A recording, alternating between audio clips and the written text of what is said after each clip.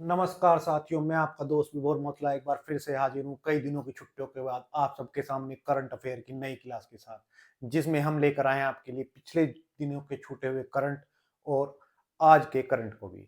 तो दोस्तों शुरू करते हैं आज की क्लास को हर रोज की तरह एक मोटिवेशन कोटेशन के साथ। आज का मोटिवेशन कोटेशन मैं आपके लिए लाया हूँ जो दिनकर जी की कुछ लाइनें हैं, लेकिन ये लाइनें तमाम उम्र आप किसी भी क्षेत्र में रहें, आपको हमेशा ही ऊर्जावान बनाने में मदद करेंगी। तो वो लाइनें क्या हैं? चलिए देखते हैं। युद्ध नहीं जिनके जीवन में, वे भी बड़े अभागे होंगे, या तो प्रण को तोड़ा होगा या फिर रण से भागे होंगे। दोस्तों, कई लोग सोचते हैं कि मेरी जिंदगी में परेशानियां ना आए, तो परेशानी ना आने के सिर्फ दो कारण दिनकर जी ने बताए हैं। वो कारण है, या तो आप परेशानी को देखकर युद्ध छोड़कर भाग गए होंगे, या फिर आपने अपने निश्चय को बदल दिया होगा। यानी अगर मान लीजिए आप परीक्षा में पास होना चाहते हैं, तो आपके आसानी के दो ही कारण हैं। एक, या तो आप परीक्षा से क्विट कर जाएं, या आप मूड ही बदल लें कि मुझे एग्जाम नहीं देना, तो ही आपके जीवन में आसानी आएगी। लेकिन अगर आप चाहते हैं परीक्षा पास करना, तो वो परेशानियां आपके जीवन में आएंगी जिन्हें पार कर कर आप सफलता को प्राप्त करेंगे। तो दोस्तों, मेरे कहने का मतलब ये है कि आप डेली जो आने वाली परेशानियां हैं, जो आपका मन नहीं करता पढ़ने के लिए, उनको एक किनारे रखकर सिर्फ अपनी पढ़ाई पर कंसंट्रेट करें। एक दिन यही जो फॉर्मूला है आपको सफलता की सीढ़ियां चढ़ा देगा। तो चलिए दोस्तों शुरू करते हैं आज की क्लास को क्वेश्चन नंबर 1 के साथ। हाल ही में संयुक्त राज्य अमेरिका ने किस देश को प्रमुख गैर नाटो सहयोगी का दर्जा दिया है? तो दोस्तों, पहले एक बार हम इस कहानी को समझ लेते हैं। आप मेरे पीछे दो व्यक्ति देख रहे हैं। एक तरफ बिन सलमान है जो सऊदी अरब के प्रिंस हैं, और दूसरी तरफ चचा ट्रंप है जो अमेरिका के राष्ट्रपति हैं। अब ये जो प्रिंस सलमान हैं, ये अमेरिका की यात्रा पर पहुंचे हैं। तो आप बोलेंगे इसमें क्या खास बात है कि ये यात्रा पर पहुंचे हैं? हर कोई राष्ट्रपति दूसरे देश की यात्रा करता ही करता है। लेकिन दोस्तों, इसमें ये खास बात है कि ये जो सऊदी अरब है, ये हमेशा से अमेरिका का पक्षधर रहा है, यानी अमेरिका के खेमे में ही रहता है।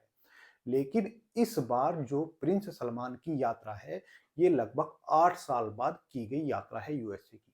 तो 8 साल से क्यों नहीं यात्रा की गई थी? क्या अमेरिका इनको वीजा नहीं दे रहा था? बिल्कुल दे रहा था, लेकिन यहाँ पर खटास उत्पन्न हो गई थी इनके रिश्तों में, और खटास उत्पन्न होने का कारण था ये व्यक्ति जो आप तस्वीर पर देख रहे हैं। इस व्यक्ति का नाम है जमाल खशोगी। अब ये व्यक्ति कौन है? तो ये एक सऊदी अरेबिया के मूल का व्यक्ति है। यानी इसका जो देश है वो सऊदी अरेबिया है, लेकिन यह पत्रकारिता करता था अमेरिका में रहकर, और अमेरिका में पत्रकारिता करते हुए ये बिन सलमान की नीतियों के विरोधी के रूप में जाना जाता है था। यानी उनकी जो नीतियां थी उनका ये कट्टर विरोधी के तौर पर ये पत्रकार जाना जाता था। इसका नाम था जमाल खशोगी। अब बात आती है अक्टूबर 2018 की। ये व्यक्ति, आप यहाँ पर जो एक मैप में देख रहे हैं, तुर्की, तुर्की जिसकी राजधानी अंकारा है, वहां पर ये उसके एक शहर इस्तांबुल में ये सऊदी अरब की एम्बेसी में घुसता है। अब एम्बेसी क्या होती है? एम्बेसी वो स्थान है जो कोई देश दूसरे देश में अपने राजनयिक संबंधों के लिए अपना एक ऑफिस बनाकर रखता है। अब जो ये एम्बेसी होती है, इसमें उस देश का ही कानून चलता है जिस देश की ये एम्बेसी है। उस देश का कानून नहीं चलता जिसमें ये एम्बेसी स्थित है। तो आप समझे? यानी अगर भारत की एम्बेसी अगर अमेरिका में है, तो अमेरिका में उपस्थित उस एम्बेसी में भारतीय कानून चलेगा, ना कि अमेरिकी। तो जब ये इस्तांबुल में पहुंचते हैं, तो इस व्यक्ति का एम्बेसी के अंदर जाने का वीडियो तो आता है, लेकिन उसके बाद इसका कोई वीडियो नजर नहीं आता। यानी एम्बेसी में जाने के बाद ये व्यक्ति कहाँ गया, इसका किसी को पता आज तक नहीं चला। तो इसकी मौत के बाद इसकी मौत के कयास लगाए जाने लगे कि बिन सलमान ने इसकी हत्या कराई है, और इस पर काफी शोर मचा। अमेरिका में भी कई बार पत्रकारों ने इस पर खुलकर बात की। तो लाजमी है कि बिन सलमान इस बात से नाराज थे। जब ये नाराजगी बढ़ी, तो अमेरिका और सऊदी अरब के रिश्तों में भी खटास उत्पन्न हो गई। इसके बीच तब से जो सऊदी के प्रिंस हैं, बिन सलमान ने अमेरिका की यात्रा नहीं की। जबकि अमेरिका की और सऊदी अरब की दोस्ती काफी गहरी है। जहां ईरान और सऊदी अरब दोनों आपस में कट्टर दुश्मन हैं, वैसे ही अमेरिका और सऊदी अरब कट्टर दोस्त के तौर पर जाने जाते हैं। सऊदी अरब के पास जितने भी हथियार हैं वो सब अमेरिका से लिए गए हैं। अब इन दोनों के बीच जब ये खटास उत्पन्न होती है तो सब बिन सलमान सऊदी अरब के रिश्ते और अमेरिका के रिश्तों को एक ठंडे बस्ते में डाल देते हैं। तो उसके बाद अब सऊदी प्रिंस गए हैं कहाँ पर? यूएस से गए हैं। तो आशा करता हूं आपको ये बात पूरी समझ आ गई होगी। अब जो ये ट्रंप देख रहे हैं इनको मतलब है सिर्फ पैसे से, क्योंकि ये एक व्यापारी आदमी है। अब ये बात बिन सलमान को भी पता थी कि इनको खरीदना है तो हमें इन्हें कुछ देना पड़ेगा। अब उसके लिए क्या डील हुई है ये हमारे करंट का विषय है। ठीक है, अब हम करंट में पढ़ते हैं। तो पहले करंट का हमारा क्वेश्चन बनता है कि सऊदी अरब को किसके तौर पर इन्होंने मान्यता दी है? तो इन्होंने प्रमुख गैर नाटो सहयोगी संगठन के रूप में मान्यता दी है। अब पहले हम जानते हैं, आपने सबने सुना होगा NATO, North North Atlantic Treaty Organisation, और जिसकी स्थापना 4 अप्रैल 1949 को हुई थी और उसका जो हेड ऑफिस है वो ब्रुसेल्स बेल्जियम में है। ब्रुसेल्स बेल्जियम में इसका मुख्यालय है। ब्रुसेल्स बेल्जियम में इसका मुख्यालय है। ये आप नाटो को आप अच्छी तरह से जानते हैं। ठीक है, और इसमें लगभग 32 सदस्य हैं। कितने हैं? 32 सदस्य हैं, जो बनाया गया है अमेरिका के द्वारा रूस के खिलाफ। रूस के खिलाफ कब बनाया गया था? जब रूस को हम यूएसएसआर के देश के रूप में जानते थे, लेकिन 1991 में जैसा कि हम जानते हैं यूएसएसआर लगभग 15 देशों में टूट गया और आज जो उसका बड़ा रूप बचा है उसे हम रूस के तौर पर जानते हैं। ठीक है, तो ये गठबंधन तब बना था। अब इन्होंने ऐसा ही एक अलग गठबंधन बनाया हुआ है जिसे हम जानते हैं MNNA, मन्ना। किस नाम से जानते हैं? मन्ना के नाम से जानते हैं। और इसकी फुल फॉर्म क्या होती है? Major non NATO allies, major non NATO allies, इसके तौर पर हम जानते हैं। ये क्या है? ये इन्होंने एक संगठन बनाया हुआ है ऐसे देशों का जिनको हम नाटो में तो नहीं ले सकते, लेकिन हमारे पिछलग्गू दोस्त हैं, जब भी ना हम उनको पुचकारेंगे अपना काम निकलवा लेंगे।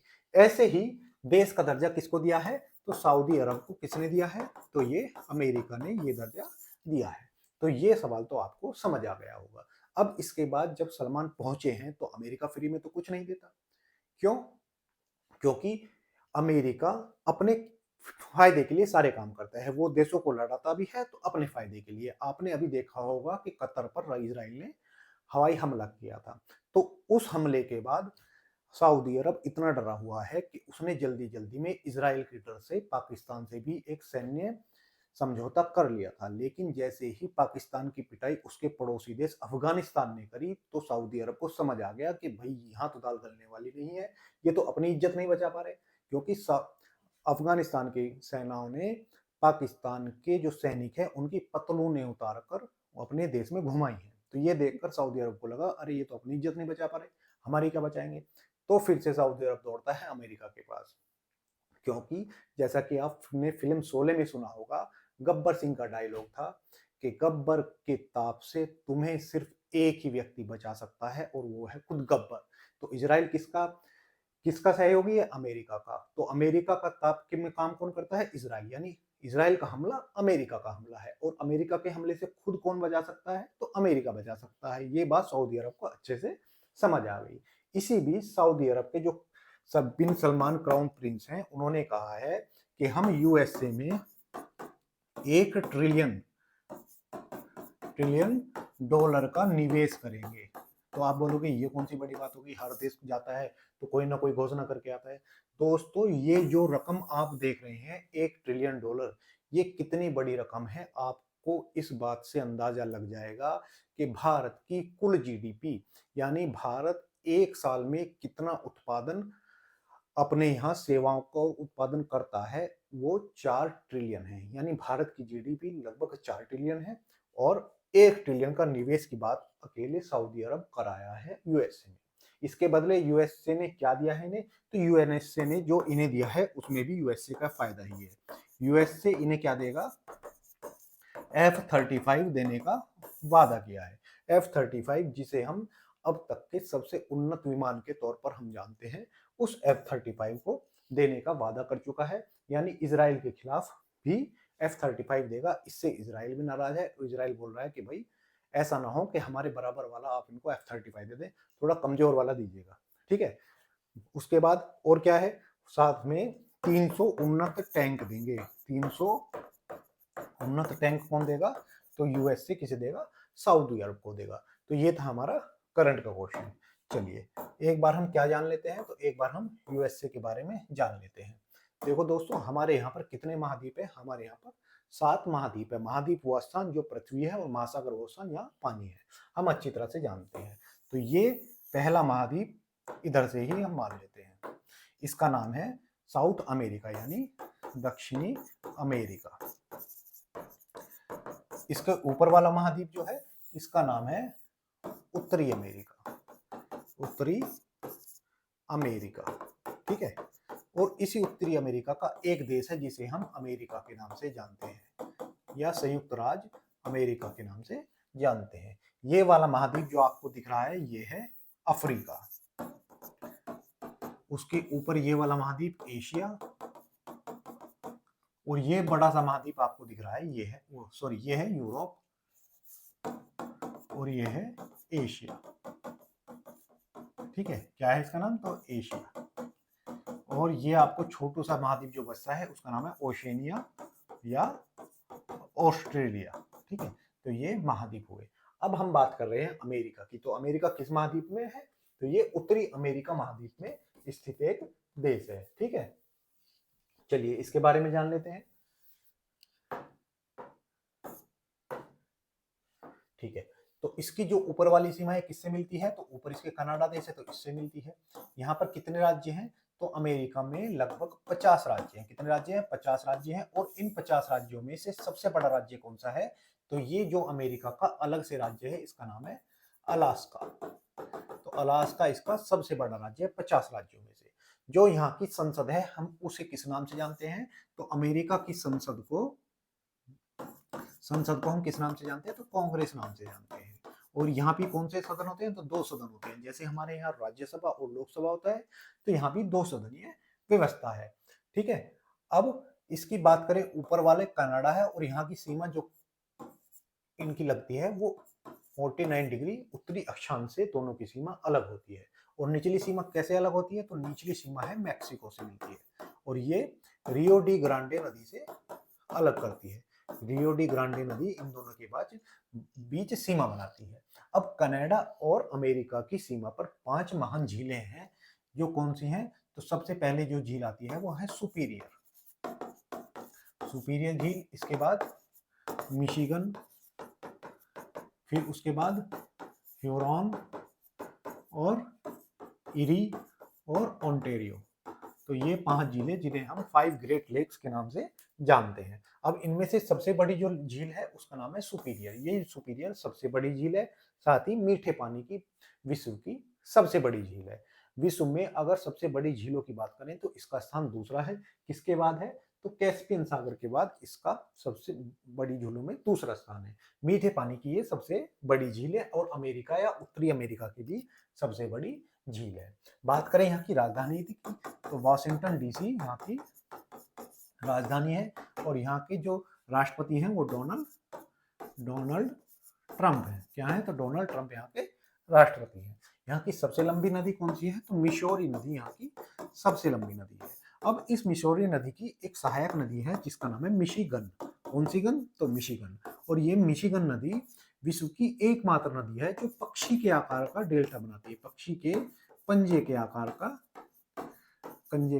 का डेल्टा, ठीक है, डेल्टा बनाती है। अब ये पंजे के आकार का डेल्टा क्या होता है दोस्तों, जब भी कोई नदी महाद्वीप से निकलकर समुद्र में मिलती है, तो जैसे ही पर्वतों से निकलती है उसका वेग काफी तेज होता है, तो वो एक सीधी धारा में बहती है। लेकिन जैसे ही समुद्र के किनारे पहुंचती है तो उसकी स्पीड बहुत कम हो जाती है, और स्पीड होने के कारण उसमें जो अवसाद है यानी रेत मिट्टी कंकड़ है वो जमने लगते हैं। और जब वो जमने लगते हैं तो वो पानी के सामने पानी को बहने में अवरोध उत्पन्न करने लगते हैं। अभी तो आप ये छोटी सी बात लग रही होगी, लेकिन बड़ी मात्रा में जब अवसाद जमा हो जाते हैं वो टापू का रूप ले लेते हैं। और जब टापू का रूप ले लेते हैं तो जो नदी सिर्फ एक ही धारा में बह रही थी वो अपनी धाराओं को बांटकर धीरे धीरे अलग होने लगती है, यानी एक जालनुमा संरचना बनाने लगती है। उस जालनुमा संरचना को हम डेल्टा कहते हैं। अब इस नदी का क्या खासियत है कि ये जो इसका डेल्टा बनता है, अगर आप उसे अंतरिक्ष से देखेंगे तो ऐसा लगेगा किसी पक्षी ने अपना पंजा रखा हो, इसलिए विश्व की एकमात्र नदी जो पक्षी के आकार, पंजे के आकार का डेल्टा बनाती है। बात करें यहाँ की सबसे ऊंची चोटी, तो अलास्का में माउंट डेनाली यहाँ की सबसे ऊंची चोटी है। ठीक है, अगर बात करें यहाँ की सबसे गहरा बिंदु कौन सा है, तो सबसे निचला बिंदु इनका कौन सा है, तो वो है मृत घाटी। क्या है? मृत घाटी यहाँ का सबसे निचला बिंदु है। और ये किसका हिस्सा है, तो मोजावे मरुस्थल का हिस्सा है। मोजावे मरुस्थल आपसे कोई पूछे तो कहाँ पर है, तो यूएसए में है। ठीक है, एक यहाँ पर ग्रेट साल्ट लेक है, ग्रेट साल्ट लेक है, और ये विश्व की तीसरी सबसे खारी झील है। विश्व की तीसरी सबसे खारी झील, सबसे खारी झील। अब आप बोलोगे दो कौन सी है, तो सबसे पहली जो मैंने तुर्की में आपके नाम बताया, तो उसमें है वॉन गोलू झील, वॉन गोलू। दूसरी कौन सी है, तो वो है मृत सागर। वो कहाँ पर है, तो इजराइल और जॉर्डन की सीमा पर मृत सागर, ये यहाँ पर स्थित है। तो ये पूरी जानकारी आपको किसकी मिल गई, अमेरिका की मिल गई होगी। चलिए अब रिवीजन के क्वेश्चन देख लेते हैं। बाल वाटिका टीवी चैनल किस आयु वर्ग के बच्चों के लिए शुरू किया गया है, तो अभी जो 3 से 6 वर्ष के आयु के बच्चे हैं उनके लिए ये शुरू किया गया है। 3 वर्ष से 6 वर्ष के आयु के बीच के बच्चों के लिए ये शुरू किया गया है। हाल ही में टीसीएस कल्याणी को किस पद पर नियुक्त किया गया है, तो ये क्या है, हमारे महालेखा नियंत्रक। क्या है, महालेखा नियंत्रक के तौर पर इन्हें नियुक्त किया गया है। हाल ही में 25वां एससीओ यानी शिखर सम्मेलन, इसका एससीओ का कहां पर हुआ है, संघाई कॉर्पोरेशन ऑर्गेनाइजेशन का, वो कहां पर हुआ था, तो वो हाल ही में चीन में हुआ था। हाल ही में युद्ध अभ्यास किसके बीच होता है, तो युद्ध अभ्यास एक सेनाओं का अभ्यास है और जो भारत और यूएसए के बीच होता है। ठीक है, तो ये दोनों के बीच होने वाले युद्ध अभ्यास। चलिए अब देखते हैं क्वेश्चन नंबर 2। क्वेश्चन नंबर 2 है, यूएई को वर्ष 2025 में संयुक्त राष्ट्र के अनुसार विश्व का कौन सा सबसे बड़ा मानवीय दाता घोषित किया गया है। अभी क्या हुआ है, हमारी एक संस्था है संयुक्त राष्ट्र, संयुक्त राष्ट्र जिसे हम यूनाइटेड नेशन के नाम से जानते हैं या यूएन के नाम से हम इसे जानते हैं। इसकी स्थापना कब हुई थी, तो यूएन की स्थापना जो हुई थी वो हुई थी 24 अक्टूबर को। 24 अक्टूबर 1945 को इसकी स्थापना होती है और इसका मुख्यालय कहाँ पर है, तो वॉशिंगटन डीसी में इसका मुख्यालय है।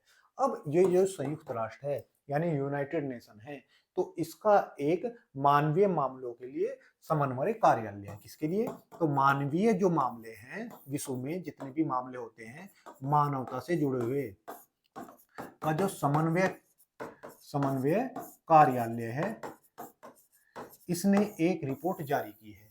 ठीक है, यह क्या रिपोर्ट जारी की है, इसने कहा है कि जो जितनी भी त्रासदियां होती हैं या जितनी भी प्राकृतिक आपदाएं आती हैं, इनमें मानवीय सहायता हर कोई देश देता है या लगभग जिसकी जितनी हैसियत है वो अपना कंट्रीब्यूट करता है। उसमें कहा गया है कि यूएई मानवीय दानदाता में विश्व में तीसरे स्थान पर है।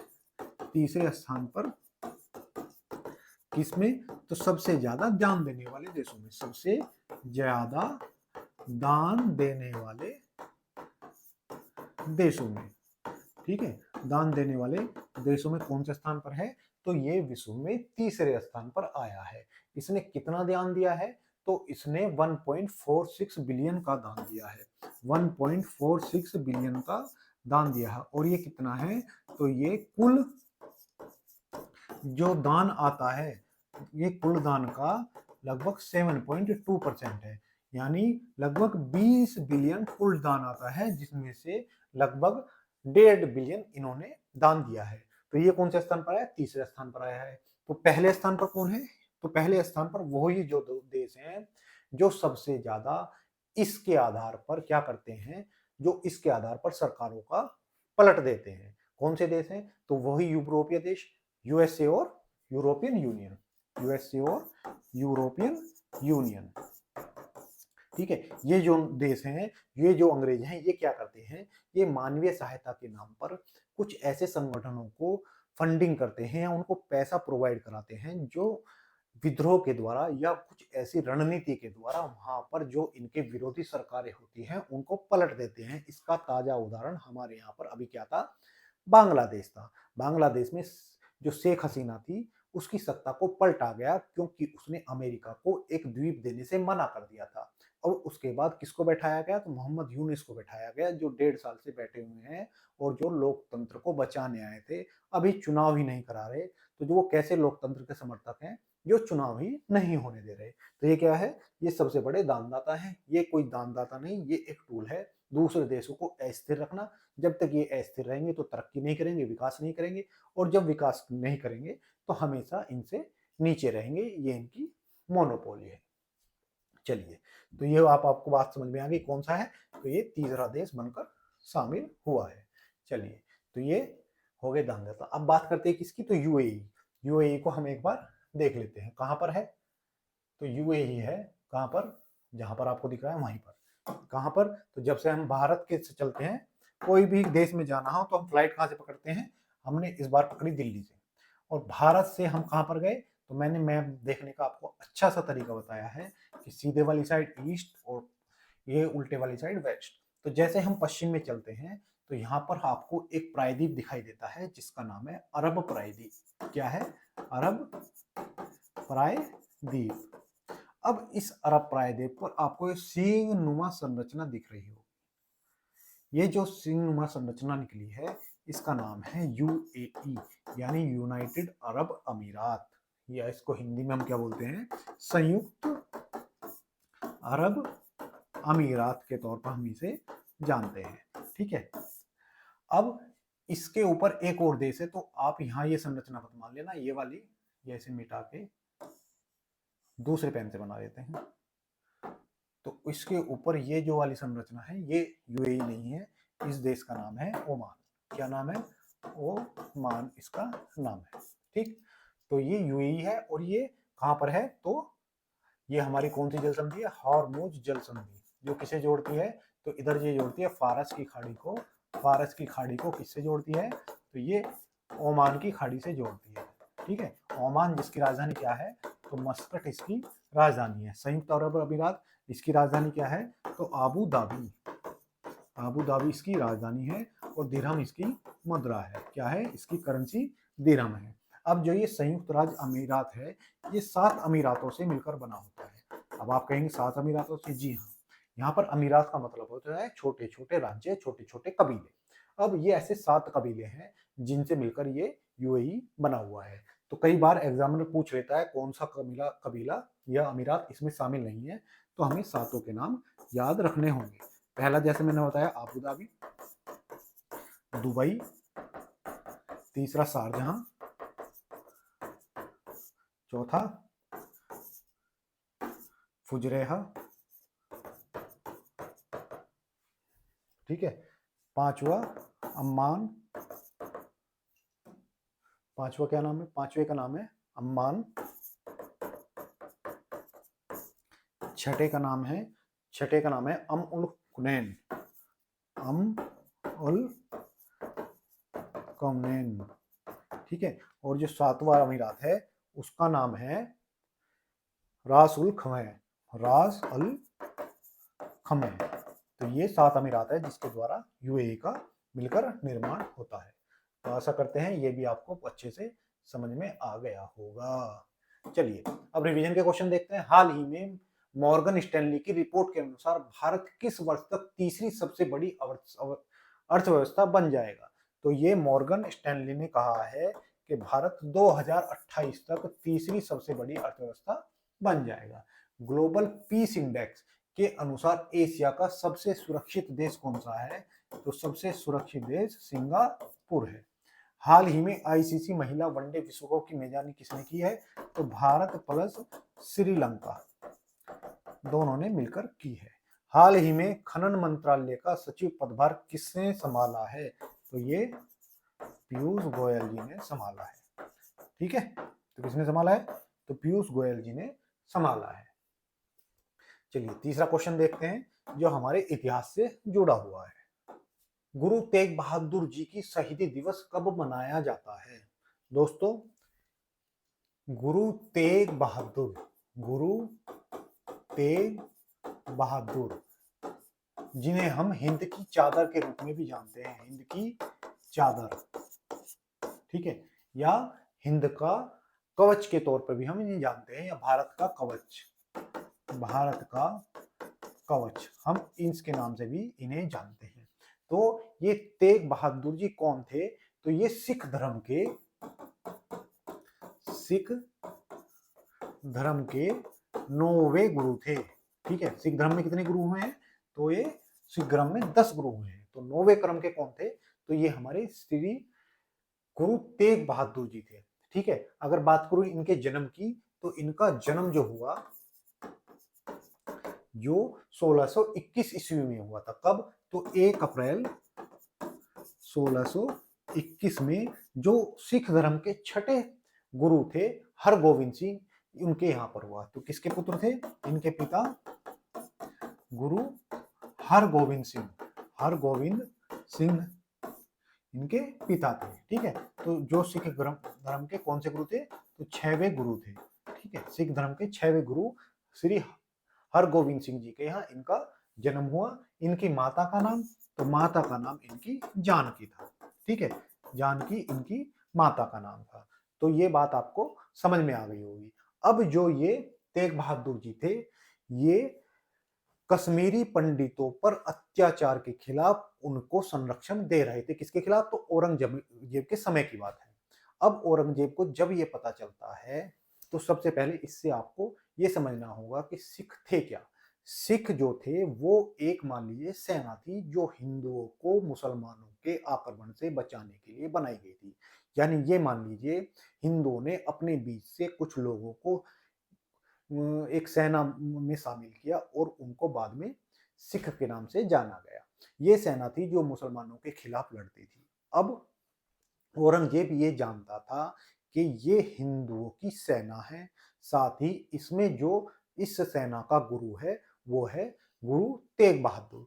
अब जो अगर मैं इनको इस्लाम में स्वीकार करवा लेता हूँ या इनसे इस्लाम कबूलवा लेता हूँ, तो इससे इतना बड़ा प्रभाव पड़ेगा कि बहुत बड़ी जनसंख्या इस्लाम में शामिल हो जाएगी। इसके लिए वो पब्लिक के बीच में इनको बैठाता है और इनको काफी यातनाएं देता है। ये बात है लाल किले के सामने की। अब जब ये उस धर्म को कबूल करने से मना कर देते हैं, तो इनके पास 3 ऑप्शन दिए जाते हैं।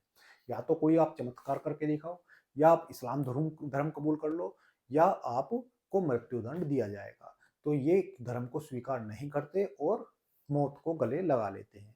इसी दौरान इनको पब्लिक के सामने इनके सर को इनके धड़ से अलग कर दिया जाता है।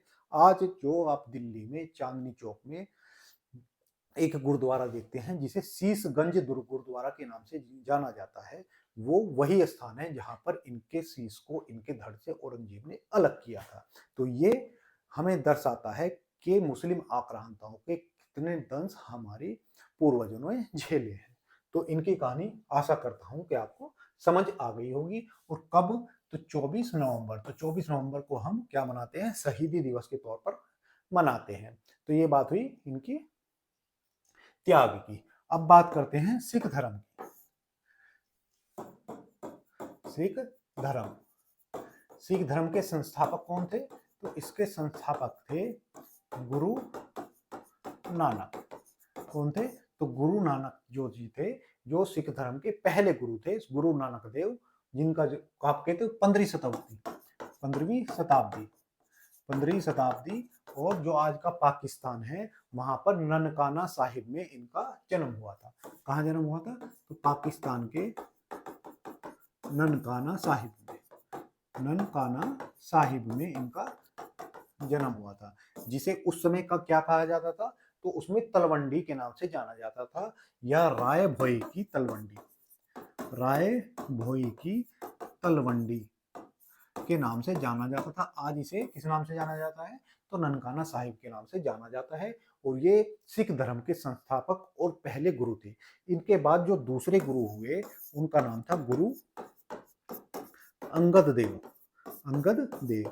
और इन्होंने क्या किया, तो जो गुरुमुखी लिपि आप पढ़ते हैं या लिपि जो आप जानते हैं पंजाबी भाषा जिसमें लिखी जाती है, उसको किसने बनाया, तो गुरु अंगद देव जी ने इसका क्या किया, मतलब इजाद किया। ठीक है, तो तीसरे गुरु कौन थे, तो इनके तीसरे गुरु थे गुरु अमरदास। अमरदास, और इन्होंने क्या किया, इन्होंने अमृतसर की स्थापना की, अमृतसर की स्थापना, ठीक है, इन्होंने की। उसके बाद चौथे गुरु जो हुए उनका नाम था गुरु रामदास। क्या नाम था, रामदास। और गुरु रामदास जी ने दो काम ऐसे किए जो परीक्षा की दृष्टि से अत्यंत महत्वपूर्ण है। दूसरा क्या था, सॉरी, अमृतसर की स्थापना इन्होंने की थी। इन्होंने लंगर व्यवस्था, और इनका था अमृतसर की स्थापना। अमृतसर की स्थापना ये किसने की थी, तो गुरु अमरदास ने किसकी, तो अमृतसर की स्थापना की थी। उसके बाद आते हैं पांचवें गुरु, गुरु अर्जुन देव। गुरु अर्जुन देव, और इनके दो कार्य ऐसे हैं जो परीक्षा की दृष्टि से अत्यंत महत्वपूर्ण हैं। वो कौन से हैं, एक तो इन्होंने स्वर्ण मंदिर का निर्माण किया, स्वर्ण मंदिर का निर्माण किया। ठीक है, स्वर्ण मंदिर का निर्माण अगर आपसे पूछे तो किसने, तो गुरु अर्जुन देव ने किया। साथ ही गुरु ग्रंथ साहिब का संकलन किया। गुरु ग्रंथ साहिब का क्या किया, इन्होंने संकलन किया, यानी उनको इकट्ठा कर एक किताब के रूप में किसने डाला, तो अर्जुन देव ने डाला। इसके बाद छठे जो गुरु होते हैं उनका नाम था गुरु हरगोविंद। गुरु हरगोविंद, और जो सातवें थे तो उनका नाम था गुरु हर राय। ठीक है, इस कौन से, गुरु हरगोविंद, और इनके बाद गुरु हर राय। और आठवें थे गुरु हरकिशन। नौवे मैंने आपको लिखाया हिंद की चादर, गुरु तेग बहादुर। और 10वें जो इनके अंतिम गुरु भी थे जिन्होंने खालसा पंथ की स्थापना की, उनका नाम था गुरु गोविंद सिंह। गोविंद सिंह, और इन्होंने क्या किया, खालसा पंथ की स्थापना की। तो खालसा पंथ की स्थापना करने वाले कौन थे, गुरु गोविंद सिंह थे। तो ये 10 गुरु थे सिख धर्म के। ठीक है, इसके बाद गुरु ग्रंथ साहिब को ही परमानेंट गुरु मांग लिया गया। चलिए, शिक्षक दिवस किस महान शिक्षाविद की जयंती पर मनाया जाता है, तो भारत में शिक्षा दिवस किसकी जयंती पर, तो डॉक्टर सर्वपल्ली राधाकृष्णन की जयंती पर मनाया जाता है। हाल ही में सुप्रीम कोर्ट ने कॉलेजियम व्यवस्था में इलाहाबाद हाई कोर्ट के लिए कितने नए जजों की सिफारिश की है, तो अभी 26 जजों की सिफारिश की गई है। हाल ही में डॉक्टर दीपक मित्तल को किस देश में भारत का अगला राजदूत नियुक्त किया गया है, तो ये होंगे यूएई में भारत के अगले राजदूत। हाल ही में राष्ट्रीय शिक्षक पुरस्कार 2025 में कुल कितने शिक्षकों का चयन किया गया है, तो इसमें कितने शिक्षक हैं, इसमें 45 शिक्षकों का चयन किया गया है। चलिए, क्वेश्चन नंबर 4। क्वेश्चन नंबर 4 है, अक्टूबर 2025 में भारत में कुल सक्रिय डीमैट खातों की संख्या कितनी पहुंच गई है, तो ये क्वेश्चन है इकोनॉमिक्स का क्वेश्चन। तो कितने हैं, तो ये इसका ऑप्शन लगा लीजिए 21 करोड़। अभी क्या हुआ है, हमारे यहाँ पर दो संस्थाएं हैं, ठीक है, जिन्होंने अभी जानकारी दी है कि अक्टूबर 2025 में, एक है NDLS, क्या है NSDL, और एक है CDSL। ये दो संस्थाएं हैं। इन दोनों ने कहा है कि हमारे यहाँ जो डीमैट खाते हैं, डीमैट खाते, उनकी संख्या 21 करोड़ पार कर गई है। 21 करोड़ पार कर गई है। तो ये तो हुआ करंट का क्वेश्चन। ये किसने बताया, तो NSDL ने और CDSL ने बताया है। अब हम जानते हैं इनका स्टैटिक्स जीके, यानी इकोनॉमिक्स की भाषा में क्या ये मामला है। देखो, हमारे यहाँ दो स्टॉक एक्सचेंज है, एक है NSE यानी नेशनल स्टॉक एक्सचेंज, और एक है BSE, इसका नाम है बॉम्बे स्टॉक एक्सचेंज।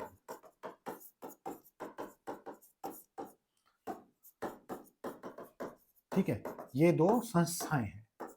अब ये जो नेशनल स्टॉक एक्सचेंज है, इसकी स्थापना कब हुई थी?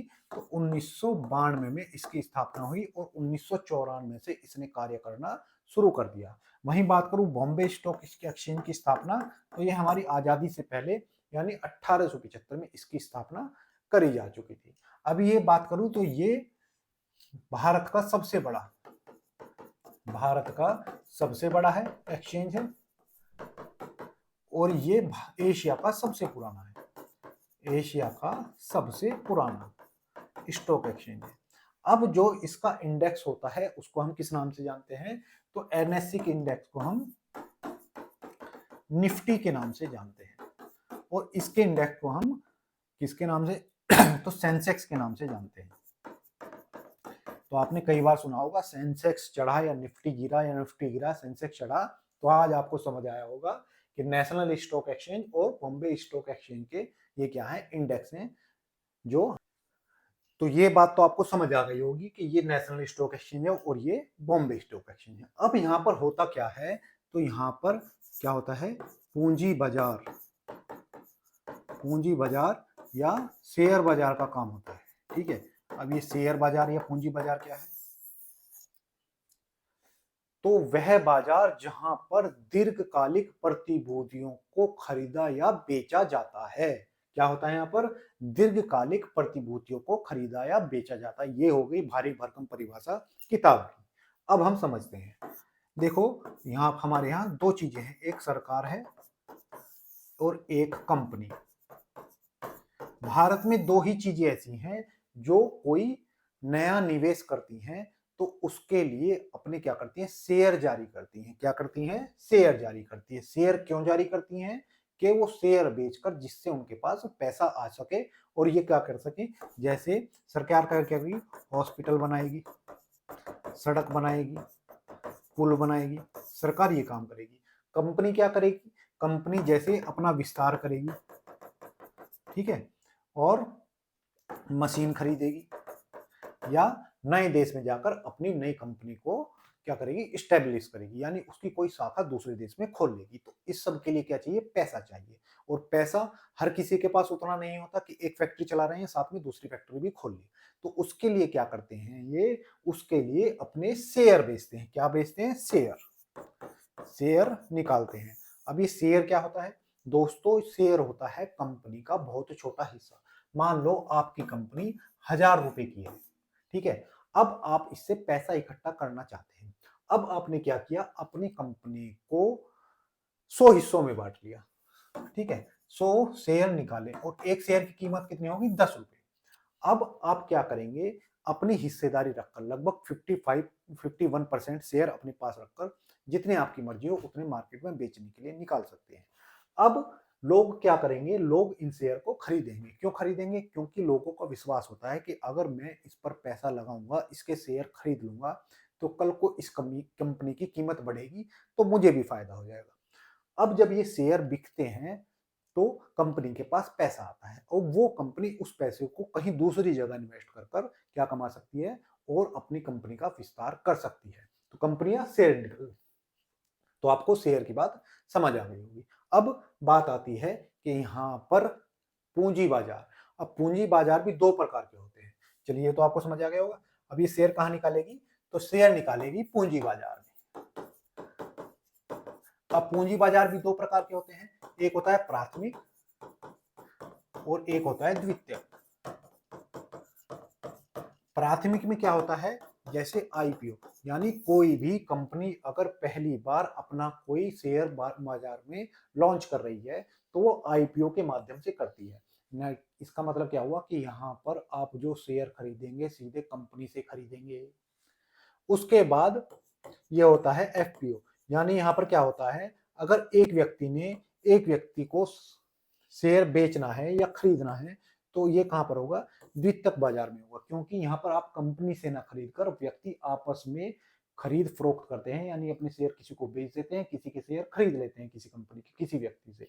और ये काम किसके माध्यम से होता है?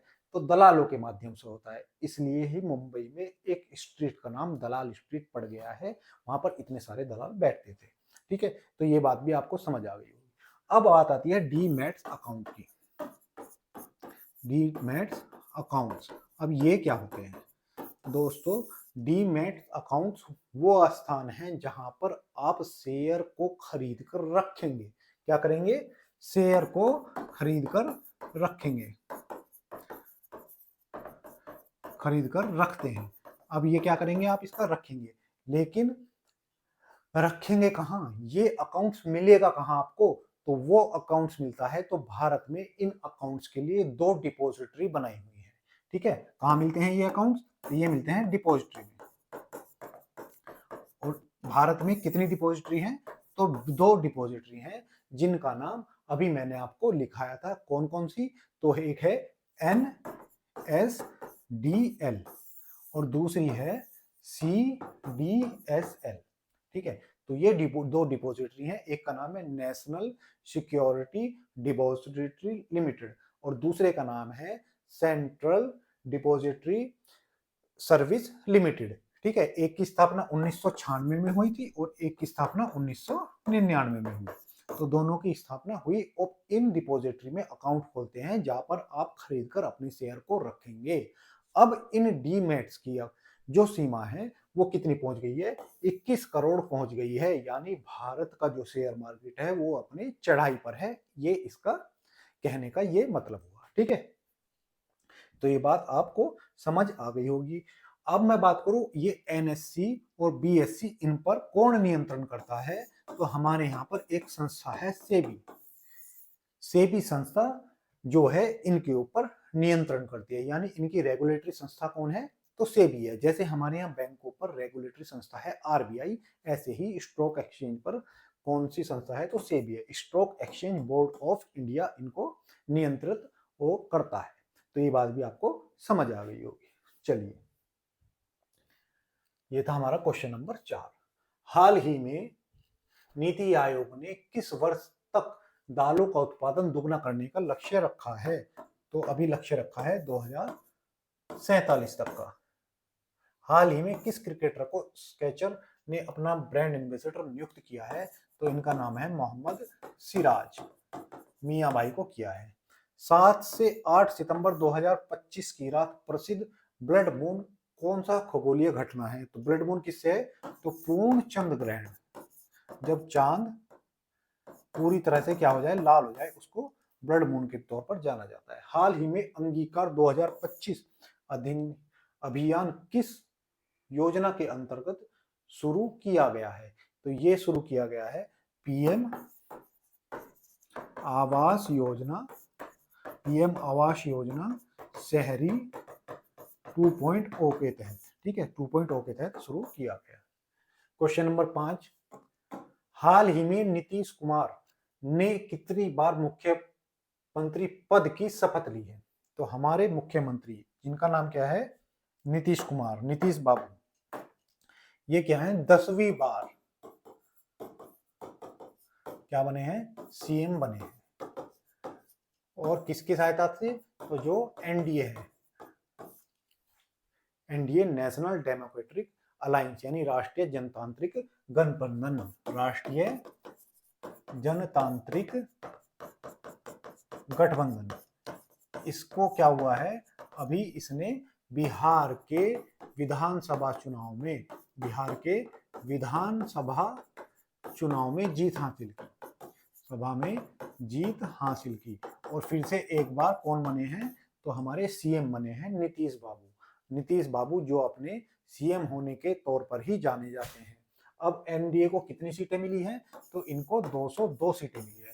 किसको? तो बीजेपी और जो नीतीश बाबू की पार्टी है, बाकी कई पार्टियां मिलकर एक गठबंधन बनाया हुआ है जिसका नाम है नेशनल डेमोक्रेटिक अलायंस, उनको 202 सीट मिली है। और लालू प्रसाद की जो पार्टी है, कांग्रेस के साथ समर्थन करने के बाद भी वो हार गई है। ठीक है, तो नीतीश बाबू 10 बार पीएम रह चुके हैं, यानी बहुत लंबा कार्यकाल ये एक सीएम के तौर पर निभा चुके हैं। क्या ये सबसे अधिक समय तक सीएम रह चुके हैं? तो ऐसा नहीं है। हमारे देश में एक व्यक्ति हुए हैं जिनका नाम है पवन कुमार चामलिंग। कौन है? तो पवन कुमार चामलिंग। और ये कहाँ से हैं? तो ये सिक्किम से हैं और ये लगभग 24 साल 165 दिन 24 साल 165 दिन सीएम रहे। तो आज तक भारत में सबसे ज्यादा सीएम कौन रहे? यही रहे। दूसरा स्थान किसका आता है? तो दूसरा स्थान आता है हमारे नवीन पटनायक का। नवीन पटनायक। और ये कहाँ से हैं? तो उड़ीसा के पूर्व सीएम हैं जिन्हें अभी बीजेपी ने हराया है और मोहन चरण मांझी यहाँ पर बन चुके हैं। ये लगभग 24 साल और 99 दिन रहे, यानी ये इनका रिकॉर्ड तोड़ने वाले ही थे। बीजेपी ने इनको हरा दिया, ये रिकॉर्ड नहीं बना पाए। ठीक है, तो ये बात हुई। अब बात करें बिहार की, तो बिहार के जो नीतीश बाबू हैं इनको शपथ दिलाई है किसने? तो शपथ दिलाई है यहाँ के राज्यपाल ने। राज्यपाल शपथ दिलाता है और यहाँ के राज्यपाल कौन है? तो मोहम्मद आरिफ। आरिफ मोहम्मद यहाँ के राज्यपाल हैं। इन्होंने हाल ही में इनको शपथ दिलाई है। ठीक है, चलिए। तो यह है नीतीश बाबू, जो बहुत अच्छी किस्मत लेकर आए हैं, जो हमेशा ही क्या बनते रहते हैं? सीएम बनते रहते हैं। चलिए बिहार को एक बार देख लेते हैं। बिहार जो हमारा एक सीमावर्ती राज्य है। ठीक है, इसकी सीमा इधर वेस्ट बंगाल से मिलती है, इधर झारखंड से मिलती है और इधर यूपी से मिलती है। ऊपर इसकी सीमा नेपाल से मिलती है, यानी 3 राज्य और एक देश से सीमा साझा करने वाला राज्य है बिहार। अब बिहार की बात करें, बिहार की कौन सी? तो राजधानी है इसकी क्या? पटना। और यहाँ के सीएम हैं अब नीतीश बाबू। नीतीश बाबू। अगर मैं बात करूं कि हमारे संविधान में सीएम का जिक्र कौन सा अनुच्छेद करता है या कौन सा अनुच्छेद कहता है कि राज्य में एक सीएम होगा, तो अनुच्छेद 163। अनुच्छेद 163 कहता है कि जो राज्य का राज्यपाल है उसकी सहायता के लिए एक मंत्रिपरिषद होगी। राज्यपाल की सहायता के लिए मंत्रिपरिषद होगी और इस मंत्रिपरिषद का जो प्रमुख होगा वो कौन होगा? सीएम होगा। साथ ही 164 अनुच्छेद कहता है कि राज्यपाल सीएम की नियुक्ति करेगा। राज्यपाल किसकी? सीएम की नियुक्ति करेगा और सीएम की सलाह पर मंत्रिपरिषद की या मंत्रियों की नियुक्ति करेगा, ये 164 कहता है। तो इसी की 164 के तहत ही सीएम की नियुक्ति किसने की? राज्यपाल मोहम्मद आरिफ ने की। तो मोहम्मद आरिफ यहाँ के क्या हुए? राज्यपाल हुए। अब बात करते हैं यहाँ के नृत्यों की। नृत्य यहाँ के काफी प्रसिद्ध हैं, जैसे वैगा। वैगा वैगा यहाँ का काफी प्रसिद्ध नृत्य है। एक जादूर है, वैगा, जादूर, जाया, जाया, झीका, दोरई। तो ये यहाँ के नृत्य हुए। बात करें यहाँ के नेशनल पार्क की, तो यहाँ का एकमात्र नेशनल पार्क है वाल्मीकि। वाल्मीकि नेशनल पार्क यहाँ का एकमात्र नेशनल पार्क है। अगर बात करें यहाँ के सीटों की, तो लोकसभा सीट, राज्यसभा सीट, विधानसभा सीट और विधान परिषद। विधान परिषद क्योंकि ये उन 6 राज्यों में शामिल है जिनमें हमारे देश में विधान परिषद शामिल है। वो कौन से हैं? यूपी, बिहार, महाराष्ट्र, कर्नाटक और तेलंगाना और आंध्र प्रदेश। अगर बात करें लोकसभा सीटों की, तो 40 सीट यहाँ पर आती हैं, 16 राज्यसभा की, 243 किसकी आती हैं? तो विधान परिषद की। तो इन 243 में से 202 हासिल की हैं किसने? एनडीए ने। और विधान परिषद की यहाँ पर 75 सीटें आती हैं। चलिए, हाल ही में थाईलैंड के नए प्रधानमंत्री कौन बने हैं? तो थाईलैंड के जो प्रधानमंत्री बने हैं उनका नाम है अनुतिन चारलिंग। ठीक है, ये हाल ही में कैमल इंटरनेशनल अवार्ड 2025 किसे प्रदान किया गया है? तो ये प्रदान किया गया है यूनुस अहमद को। हाल ही में भारतीय रिजर्व बैंक किस शताब्दी के अवसर पर 100 का स्मारक सिक्का जारी करेगा? तो 100 का स्मारक सिक्का जारी करने वाला है भूपेन हजारिका की 100वीं वर्षगांठ पर।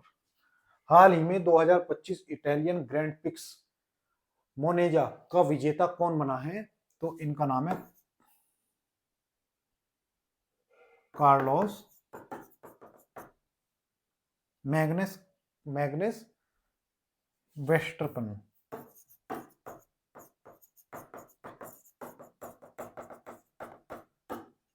ये बने हैं।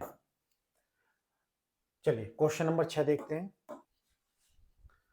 हाल ही में मिचेल बेचलेट को किस पुरस्कार से सम्मानित किया गया है? तो अभी क्या हुआ दोस्तों, हमारे यहाँ एक संस्था है इंदिरा गांधी शांति पुरस्कार देने वाली। कौन सी? तो इंदिरा गांधी शांति पुरस्कार। और इसकी शुरुआत कब होती है? तो 1985 में इसकी शुरुआत हुई, जब हमारी इंदिरा गांधी जी मर गई तो उसके बाद उनकी याद में इस पुरस्कार को शुरू किया गया। और ये किसके लिए दिया जाता है? तो अंतर्राष्ट्रीय शांति, विकास और सहयोग के लिए। तो इसका क्षेत्र क्या है? अंतर्राष्ट्रीय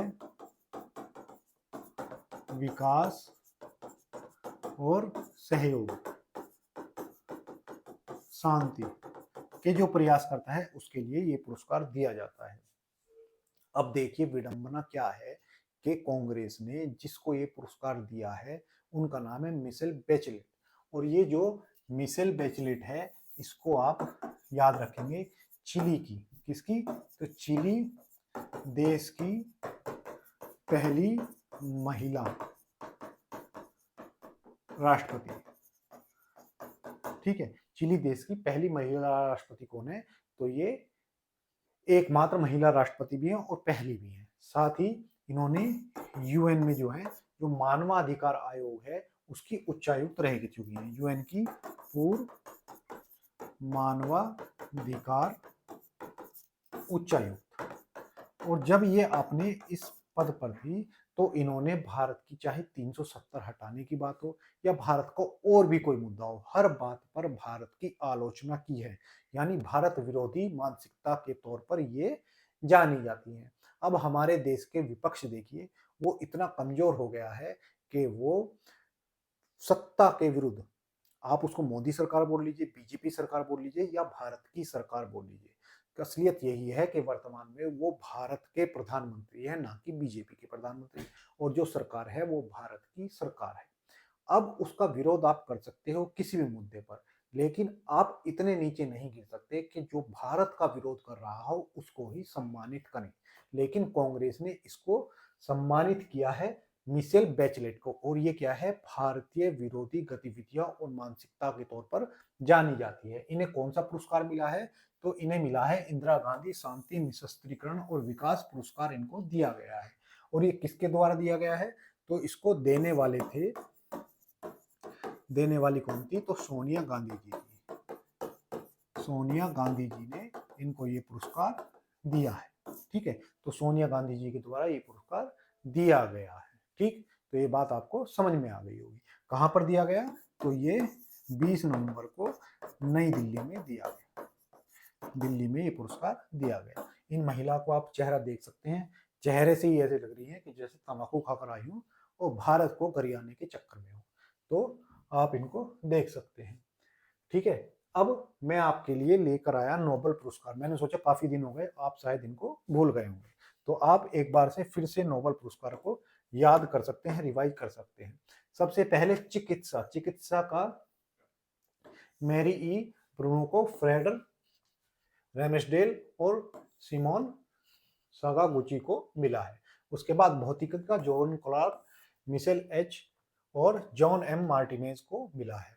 रसायन विज्ञान का किसको मिला है? तो रसायन विज्ञान का सुसमु कितिंगावा, रिचर्ड रॉबिन्सन और उमर हम यांगी को मिला है। साथ ही बात करें अर्थशास्त्र की तो फिलिप अंगियान, जोएल मार्कर, पीटर हॉविट, इनको मिला है। साथ ही साहित्य का तो आप नाम अपने आप से याद रखेंगे, हमें लेने में थोड़ी इसको तकलीफ होती है। मारिया कोरियाना मचाडो, ये वेनेजुएला की हैं, इनको शांति पुरस्कार से सम्मानित किया गया है। चलिए अब देखते हैं रिवीजन के क्वेश्चन। हाल ही में यूएस ओपन पुरुष एकल कप का विजेता कौन बना है? तो ये बने हैं जिनकी कार खो गई। कार खो गई मतलब कार्लोस, और कार्लोस अलकराज, कार्लोस फिर बने अलकराज, कार खोने के बाद अलकराज बन गए। हाल ही में हीरो मोटरकॉर्प्स के नए सीईओ के रूप में कौन नियुक्त किए गए हैं? तो ये किए गए हैं हर्षवर्धन चितले, हर्षवर्धन चितले को किया गया है। हाल ही में लिवाइस ने किसे अपना वैश्विक ब्रांड एम्बेसडर नियुक्त किया है? तो आलिया या जालिया भट्ट को। हाल ही में कोकिच अकुजावा की उम्र कितनी थी जब उन्हें माउंट फ्यूजी की चढ़ाई की? तो इनकी थी 102 साल। कितनी थी? तो 102 साल की उम्र में माउंट एवरेस्ट ये चढ़ गए। सातवां क्वेश्चन देखते हैं, हाल ही में भारत में टीवी के मामलों में कितनी प्रतिशत गिरावट दर्ज की गई है? तो अभी क्या बताया है, हमारे यहाँ पर विश्व में एक संस्था है जिसका नाम है विश्व स्वास्थ्य संगठन, और इसकी हम जानते हैं WHO के नाम से, जिसकी स्थापना कब हुई थी? तो इसकी स्थापना हुई थी 7 अप्रैल 1948 को इसकी स्थापना होती है। अब इसने कहा है कि हमारे यहाँ भारत में टीबी के जो मामले हैं उनमें 21% की कमी आई है। ठीक है, किसकी?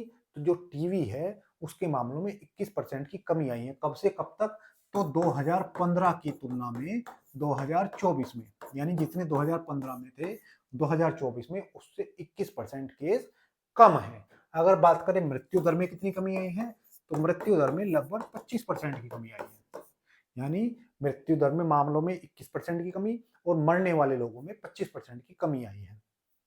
अगर बात करूं उपचार कितने लोगों को मिल रहा है, तो 90 यानी 92% लोगों को उपचार मिल रहा है। और उपचार से ठीक कितने लोग हो रहे हैं, यानी सफल उपचार कितने को मिल रहा है, तो उसमें 90%, यानी सफलता कितनों को मिल रही है बचाने में, तो लगभग 90% केस ठीक हो जा रहे हैं हमारे उपचार से, ऐसा इनका कहना है। ठीक है, अब बात करते हैं इस टीबी की। टीबी जो एक जीवाणु से होने वाला रोग है, किससे होने वाला रोग है? तो बैक्टीरिया से होने वाला रोग है। तो कई बार परीक्षाओं में पूछा जाता है कि इसका बैक्टीरिया का नाम क्या है? तो इसके बैक्टीरिया का नाम है micro bacterium tuberculosis. Mycobacterium tuberculosis इसके बैक्टीरिया का नाम है। और ये किसे प्रभावित करता है? तो ये हमारे रेस्पिरेटरी सिस्टम या फेफड़ों को प्रभावित करता है। ठीक है, तो हमारे फेफड़ों को प्रभावित करने वाला रोग कौन सा है? तो ये ट्यूबरक्लोसिस है। ठीक, अगर मैं बात करूं कि भारत ने लक्ष्य कब तक रखा है किसका? टीबी उन्मूलन का। उन्मूलन यानी भारत से टीबी को खत्म करने का लक्ष्य कब का है? तो 2025 का है। और जो वैश्विक लक्ष्य है, और यानी विश्व में जो लक्ष्य है, इसका कब तक है? 2030। इससे 5 वर्ष पहले का है। 5 वर्ष हम इससे कम ले रहे हैं, ऐसा हमारा मानना है। चलिए, टीबी के मामलों में कितनी कमी आई है मैंने आपको लिखवा दिया और आप इसको पढ़ सकते हैं। निम्न में से किस तिथि को भारत में दिग्विजय दिवस मनाया जाता है? तो भारत में किस तिथि को दिग्विजय दिवस मनाया जाता है? तो 11 सितंबर को मनाया जाता है। विश्व प्राथमिक चिकित्सा दिवस किस तारीख को मनाया जाता है? तो ये 13 सितंबर को मनाया जाता है। राष्ट्रीय मानव वन शहीद दिवस ये भी 11 सितंबर को मनाया जाता है। हाल ही में सीपी राधाकृष्णन ने भारत के किस क्रम के रूप में उपराष्ट्रपति चुने गए हैं? तो ये 15वें क्रम के हैं। अरे, क्वेश्चन नंबर 8, मिस यूनिवर्स 2025 का खिताब किस देश की फातिमा बोस को जीता है? तो मिस यूनिवर्स 2025 आपको मिल चुकी है और वो मैक्सिको के देश से हैं और इनका नाम है फातिमा बोस। फातिमा बोस कौन है? तो ये रही आपके सामने। ठीक है, फातिमा बोस। फातिमा बोस किस देश से हैं? तो ये मैक्सिको से हैं। मेरी तरफ देखो, फातिमा बोस की तरफ नहीं देखो, ये मैक्सिको से है। आपको इतना ही नाम रखना है। और फातिमा बोस इनका नाम है। मैक्सिको की राजधानी मैक्सिको सिटी है और अमेरिका के दक्षिण में स्थित है। और रियो डी ग्रांडे नदी जो मैंने आपको बताया है वो मैक्सिको और अमेरिका के बीच में सीमा बनाती है। मैं ये क्वेश्चन पूछूंगा, कभी आप सिर्फ मेरे पीछे ही देखते रहे, मेरे बातों पर ज्यादा ध्यान दें पीछे से। चलो मैं इसको हटा ही देता हूँ, नहीं तो आप मेरी बातों पर ध्यान नहीं दोगे। चलिए, ऑपरेशन राहत के तहत भारतीय सेना की कौन सी कमान ने बाढ़ राहत अभियान चलाया? तो पंजाब में बाढ़ आई थी, उसमें पश्चिमी कमान ने यह अभियान चलाया। हाल ही में जारी रिपोर्ट के अनुसार भारत की राष्ट्रीय साक्षरता दर 2023-24 में कितने प्रतिशत रही है, यानी कितने प्रतिशत लोग हमारे यहाँ पढ़ रहे हैं, तो कितने हैं, तो 89%। हाल ही में भारत ने वर्ष 2025 में गैर जीवाश्म ईंधन स्रोतों से कितनी बिजली उत्पादन करने का स्थापित क्षमता हासिल कर ली है, यानी हम जो है गैर पारंपरिक, यानी जिनसे कार्बन का उत्सर्जन नहीं होता, पर्यावरण को नुकसान नहीं पहुंच सकता, उससे कितनी ऊर्जा हम बना रहे हैं, तो 250 गीगावाट। हाल ही में नमो भारत ट्रेन भारत की सबसे लंबी, सबसे तेज ट्रेन बनने का दर्जा किस गति से हासिल किया, तो ये भी 160 किलोमीटर प्रति किलोमीटर घंटा की स्पीड से दौड़ी। आपको बताना है कि ये नमो भारत ट्रेन कहाँ पर दौड़ती है, कहाँ पर चलती है, ठीक है, वाराणसी से दिल्ली तो नहीं चलती कहीं।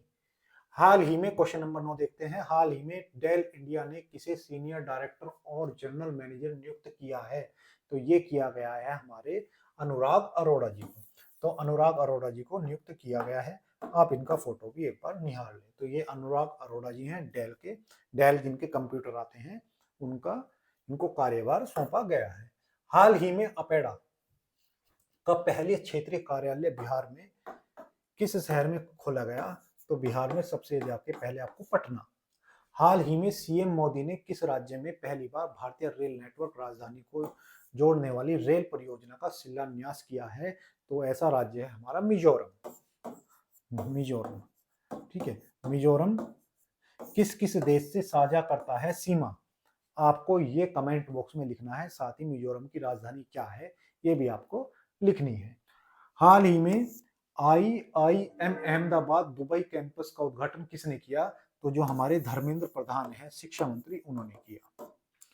अंतर्राष्ट्रीय लोकतंत्र दिवस हर वर्ष किस तारीख को मनाया जाता है, तो ये 15 सितंबर को मनाया जाता है। चलिए, आज का अंतिम क्वेश्चन आपको राहत देने वाला, आपकी परेशानियां दूर करने वाला। हाल ही में भारत का सबसे मूल्यवान ब्रांड कौन सा है, तो HDFC बैंक जो है भारत का सबसे मूल्यवान ब्रांड बन चुका है। कई बार एग्जाम में आपसे सीधे सीधे ये ना पूछकर सिर्फ HDFC की फुल फॉर्म पूछ लेगा, तो आपको ये याद रखनी है। HDFC का मतलब है housing development, housing development financing company. क्या है, हाउसिंग डेवलपमेंट फाइनेंस कंपनी, ये इसका नाम है, ठीक है। अगर बात करूं इसकी स्थापना कब हुई थी, तो इसकी स्थापना हुई थी 1994 में, और इसका जो हेडक्वार्टर है वो मुंबई है। कहां पर है, तो मुंबई, हेडक्वार्टर इसका मुंबई में है। साथ ही इसके सीईओ कौन है, तो सीईओ इसके शशिधर है, शशिधर जी इसके वर्तमान में सीईओ। तो ये थे हमारे आज के 10 क्वेश्चन। आशा करता हूं मैं आपको ये मेरा प्रयास पसंद आया हो। अगर आपको अच्छा लगा हो तो अपने दोस्तों के साथ साझा करें, साथ ही वीडियो को लाइक भी करें। आज के लिए इतना ही, धन्यवाद।